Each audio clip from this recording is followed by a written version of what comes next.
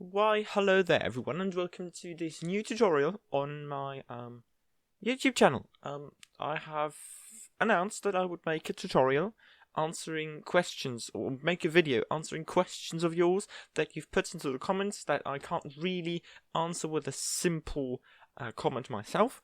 So I'm making this video, and I hope as many people as possible get the answers to their questions with this. First of all, we have a question here by BDR Racing saying, when I try to set the empties, it makes the wheels really big and puts them away from the car. Well, that's really not that hard to fix. Let's just jump into Blender right away and I'll show you how to easily fix that. So we have a really just simple cube here in this scene, and I'll show you how to parent this without having the object move in any random direction. So we would just go ahead and let's add an empty right here. We have this empty now, and we have the cube.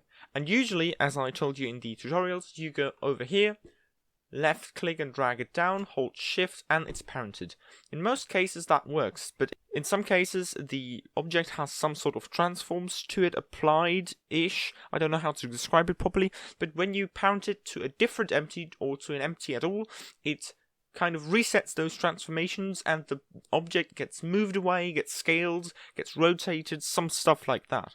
So what you want to do is be in the 3D space, have the object, the mesh, in this case the cube, or the wheel, or whatever it may be, selected, then shift left click on the empty, so it's selected like this, or if you don't manage to grasp the empty, just have the object selected, go over here and then control left click on the empty, so it's like the primary object that's selected. You can see that by it being a lighter orange than the secondary objects, which are a darker orange outline. Then you go Control P, which sets the parent. So it's basically just what we do when we pull this into that one using Shift.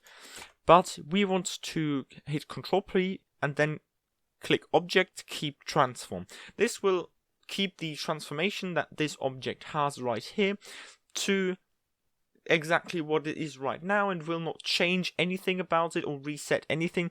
It will just stay the way it is. But always make sure when you change the wheels or stuff like that, that you select, in this case, the empty, use the whole hierarchy, and hit Control A and apply the scale. The scale is very much mandatory to be applied on stuff that's done around empties, because otherwise Assetto Corsa will definitely scale up or scale down the object in the end. You just have to make sure that you apply the scale of your objects. Then we have a question here from Zerol Ni, stating how to get a load persistence file. This is a question on the second changing wheels tutorial. You only get a persistence file when you export an FBX from an existing car mod or Kunos car. If you use wheels that are just provided to you as a 3D model, so as an OBJ or an FBX or maybe a .blend as well, you have either a texture folder with textures or you have no textures at all. But for these you do not have a persistence file, so you will have to do it in the way that I stated in the Assetto Corsa tutorials part 4, which was adding parts that do not necessarily have textures and generally do not have persistence files. So I would definitely direct you towards that video. It will probably answer your questions. Next we have a question from the excellent one, Hypertones, saying, hey, your videos are amazing, thank you very much for that compliment. I try to help as much as I can, but going on, I really need some help with textures. The 3D model I paid for has textures in the Blender file, but I have no idea how to change these as I don't have the textures. Really start, please help. I can definitely help you there. So let's just jump right back into Blender and I will show you exactly how to solve your problem. So we now here have the cube again, which is our friendly companion, and now it has a material. This material is just a simple brown. I have created a very simple just brown texture right here, which is literally just an image file that I created, which is brown. And what you stated in your comment is probably this issue, where you have no like folder button here to open up the image file in the folder it is supposed to be in. That is because the files are all packed into the Blender file, which is very useful if you want to just send a single file to someone and not send 30 different folders full of stuff. Just if you can pack all your image files into the .blend file to make stuff easier for transporting the files if you so want to, but for working with it, that's not so great. So there's two methods you can go by to get your image files as actual image files, at PNG, JPEG, DDS, or whatever. One would be selecting the object you want the image file from.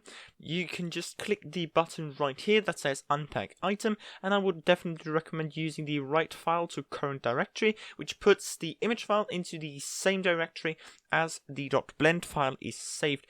It gets an error code here because, well, my blend file is not saved, but that's how you unpack an item. You can also, instead of doing it manually like this, go up to File, External Data, add Unpack Resources. It asks you basically the same thing, just choose Write Files to Current Directory, and make sure that the blend file is in a separate folder so you don't like put stuff everywhere into your project folder or into your 3D models folder. Just make sure that the save.blend file is in a separate folder. Then you can click write files to current directory, and it will put all the image files that were packed into the well, not only image files, but everything that was packed into the .blend file will be put into the folder it is saved in. So then you have the image files that you can put for Assetto Corsa into the texture folder to use when you put the vehicle into the game. Then we have a question here saying, "Hey man, I'm loving your movie videos. Thank you very much. They're so well explained and easy to follow. Again, thank you. They successfully swapped wheels on a car. The only issue they have is that when they're in free camera mode or TV camera in replay and the car is a certain distance away, the wheels suddenly change color or have a different kind of texture over it. That is very, very simple again. However, in this case, does not involve Blender. We want to open up the folder of the car that we're working on. I'll just open up any of the car folders now, and we'll then deal with exactly that. So, we are here in the folder of my personal project, the Volvo V50 drift car, which I might display at some point. It's not going to be a public release, I'm sorry, because it was made for a professional or semi-professional, I'm not very sure, sim drifter friend of mine. We've worked on this together and we've created this V50 drift mod. I will possibly showcase it, but that's beside the point. I want to showcase how to fix your issue. Now, you go into the data folder right here, and your problem lies within the LODs.ini file. So what you might see in here is something like this. You have an LOD0, you have an LOD1, and an LOD2, or maybe more, or something else. And each of these have a different KN5 attached to them. In this case, the card does not have a B or a C KN5. I just put these two in here to demonstrate what I wanted to say. So basically, what this tells the game is, with the in value, means from when the car is 0 meters away from the camera to, as the out value states, when the car is 500 meters away from the camera. We use the usual V50 drift.kn5 to display the car in game. Now, you go down here to the LOD1, because what happens when you go out of this 500 meter range, it takes, in this case, the LOD1, which is the drift B, which would technically be a more low poly version, so something that's less stressful on your PC, which starts displaying the car from 500 meters away to 1000 meters away, and same for the LOD2, which displays it from 1000 to just basically infinite number right here. Now, when you change the wheels on a car, you usually only work with the LOD0 model, so the highest LOD model. So, in this case, we would be replacing the KN5 file right here, but as I stated right here, this would theoretically have a B and a C KN5, so 2 more KN5 files that are not that you have not changed in this case. So the simplest way to fix this would be to remove these 2 LODs right here from the file and set the out value to something quite high, just anything that's really high, and save the file.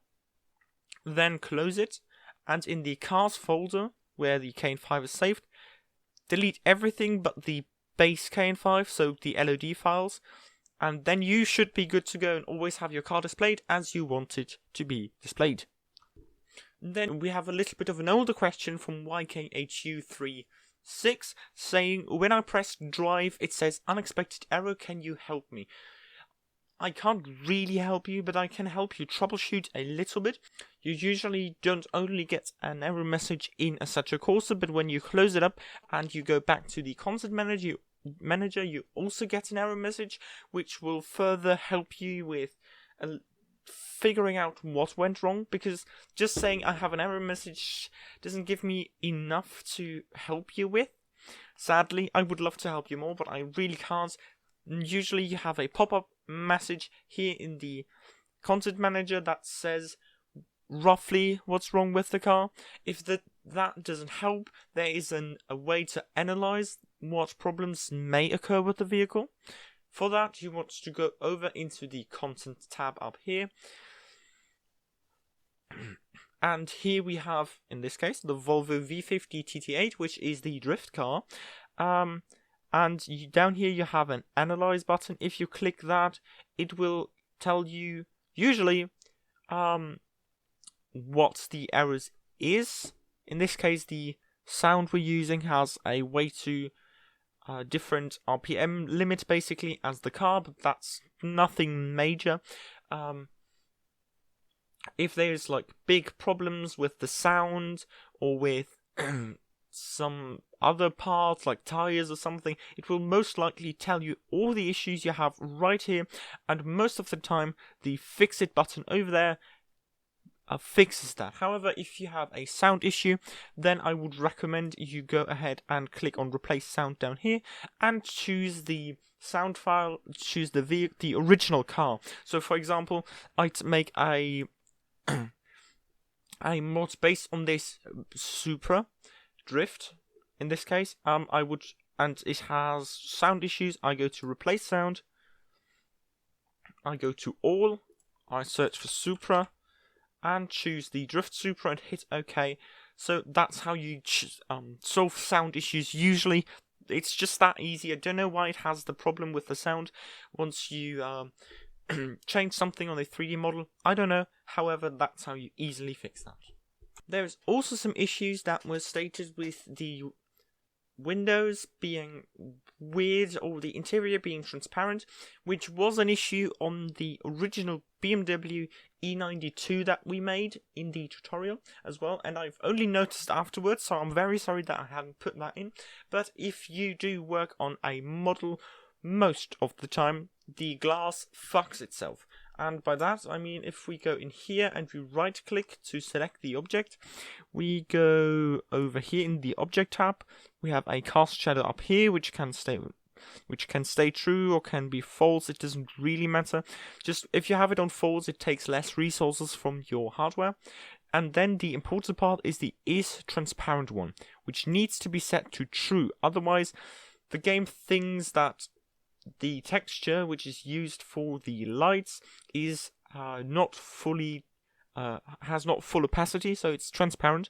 And if you don't set this to is transparent, the game will think, okay, it's just an error, so we won't display anything behind that, which is not what you want. You want the stuff behind it to be displayed. You want this to be glass. So to fix all of that, we go around all of the car, select all of this, set the is transparent to true and the cast shadow to false.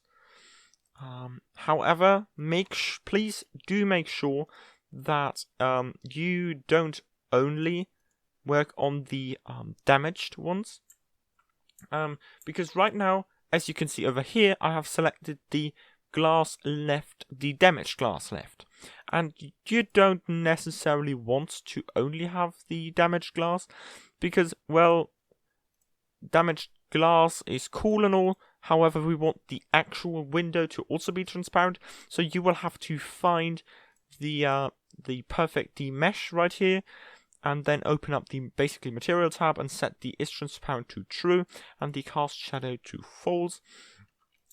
It's a little bit of a tedious process, but if you have Blender still open from working on the car, you can just look at the object name, type it in up here, click on next, and you will find the object that you are looking for. Yeah, that will make stuff a lot easier than manually looking through all of the singular texture files, because if that's done, you will see your interior, you will see your headlights. Just make sure that you don't only do the damaged glass, but also do the proper functioning intact glass, so you can properly see through it and properly see out of it as well.